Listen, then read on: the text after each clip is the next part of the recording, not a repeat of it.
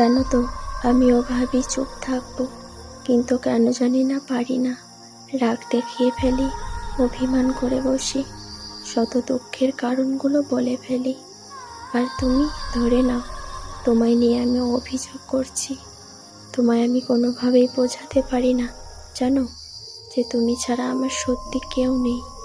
নিজের ব্যাপারে কারো কাছে প্রকাশ্যে আলোচনা করতে পারি না।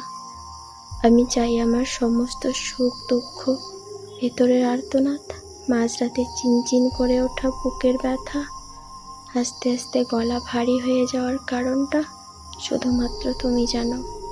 একসময় যে মানুষটা খুব কথা বলতো, সেই মানুষটা হঠাৎ নীরব হয়ে গেলে কেমন দেখায় বলো তো? হয়তো আমিও একদিন নীরব হয়ে যাব। এমন কোনো কিছুই বলবো না যা তোমার মন খারাপ করে দেবে। তবে সেদিন যেন প্রশ্ন করো না, চুপ কেন?